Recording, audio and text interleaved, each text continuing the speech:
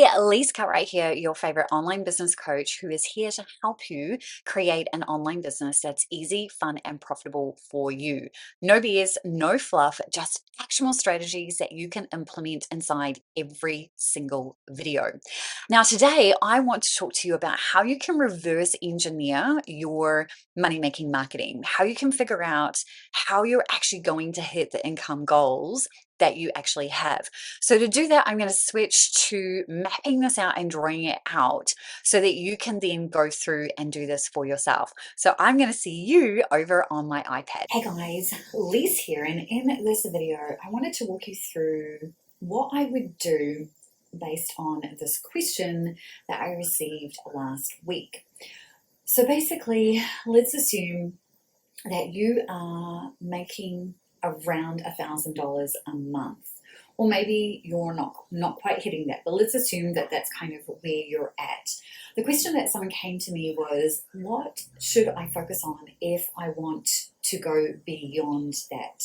Now, when it comes to really sitting down and mapping things out, the first thing that you kind of need to do is have a clear picture of your office suite, because at the end of the day, if you want to increase your income, you need to have an understanding around your offers. So let's go with step one is going to be office suite, right? So you need to map that out for yourself. So what are the offers that you have?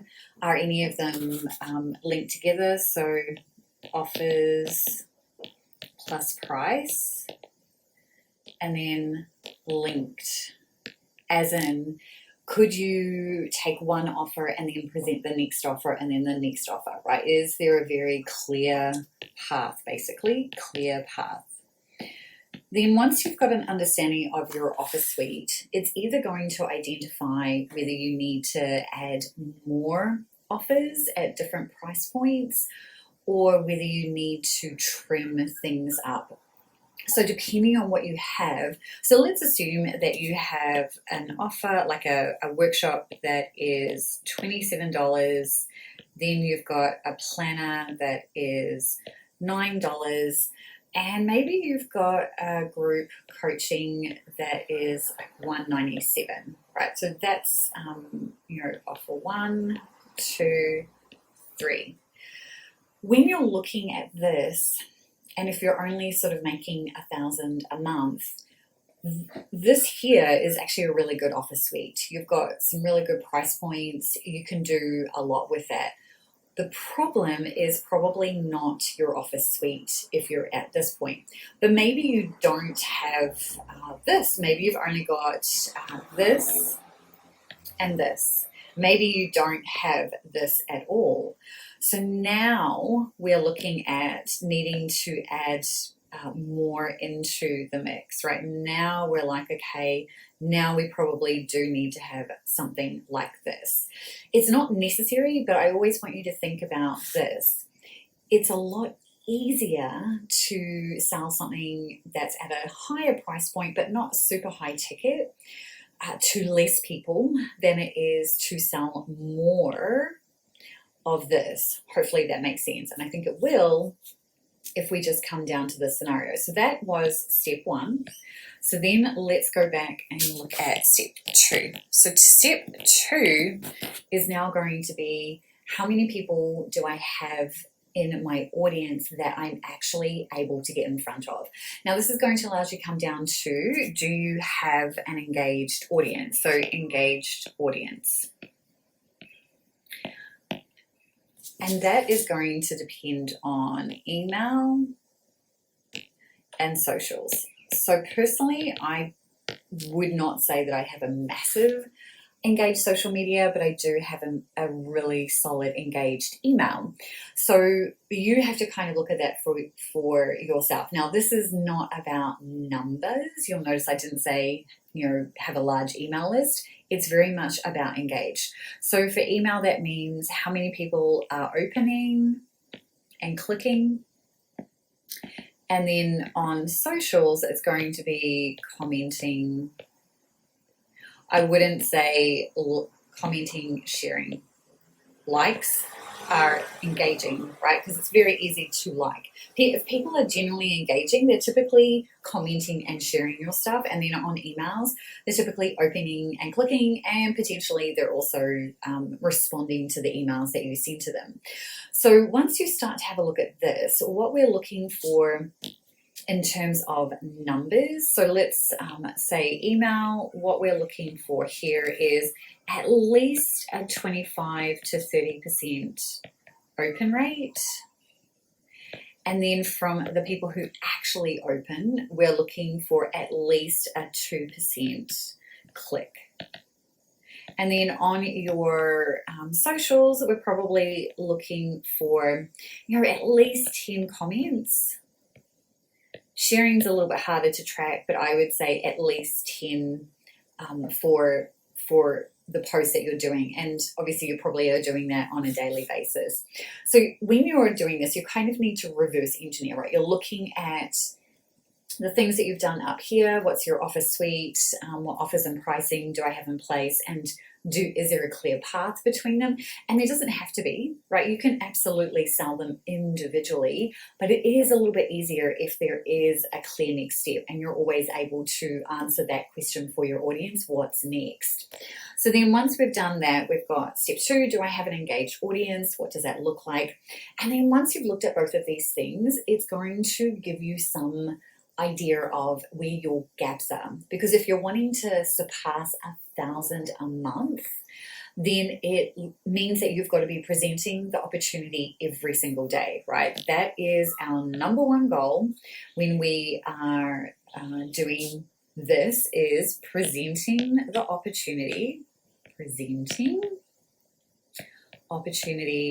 to buy from you daily. Right? Like that is our number one goal. And so if we know that we aren't getting this and we aren't getting this on our emails and we only have a $9 offer, for example, it's going to be really difficult to get to your 1,000 plus a month. Conversely, if you have a $197 product, but you've got a 10% open rate, the same deal. So when you are doing this exercise for yourself, you really need to be asking yourself that question. Number 1, what does my offer suite look like? And then number 2, what does my engaged audience look like? And then what is my gap? And then how am I presenting the opportunity for people to buy from me daily, right? That's the next thing that we're trying to figure out, is what does that look like? So from here, then it comes down to, okay, what feels easy and fun for me in terms of doing this, presenting the opportunity for people to buy from me daily. And so what I like to do is to, I send daily emails with a PS to something, right? Something that I'm promoting, PS to buy. I also have discoverable content, and that is long form content, like we're talking blog, podcast, or YouTube vid. So for me, I actually have a blog and a YouTube channel. So when I'm doing discoverable content, I am doing it typically on both platforms just because I can. But typically I recommend that you start out with one long form platform. And then what I'm doing here is optimizing for people to buy from me. So this here is all about optimizing to buy with CTA. And again, this is discoverable content is what allows people to find you when they are looking for your content. And then when I'm doing the PS to buy, that is to a warm audience, right? People who know, like, and trust me already. They're already in my world. So the combination of having this content always there, and then also doing the daily emails. Now you might be doing social media posts, whatever that looks like, but I'm presenting the opportunity for people to buy from me every single day. Now, this is not about being salesy, because you've been in my world for a while now, you're likely getting my emails. So you'll see that I'm not always selling in the main body of the email. I'm typically saying in the PS, hey, if you're ready, then this might interest you. Or did you know that XYZ, or this is coming up, you might want to check that out. Then in my discoverable content, what I'm doing is the same thing, but just on a larger scale. And then at the end of that content, so whether it's the blog or whether it's the YouTube channel, what I'm really doing and focusing in on there is a call to action that basically says, hey, if what you just read or watched resonated, then I invite you to check out this thing over here.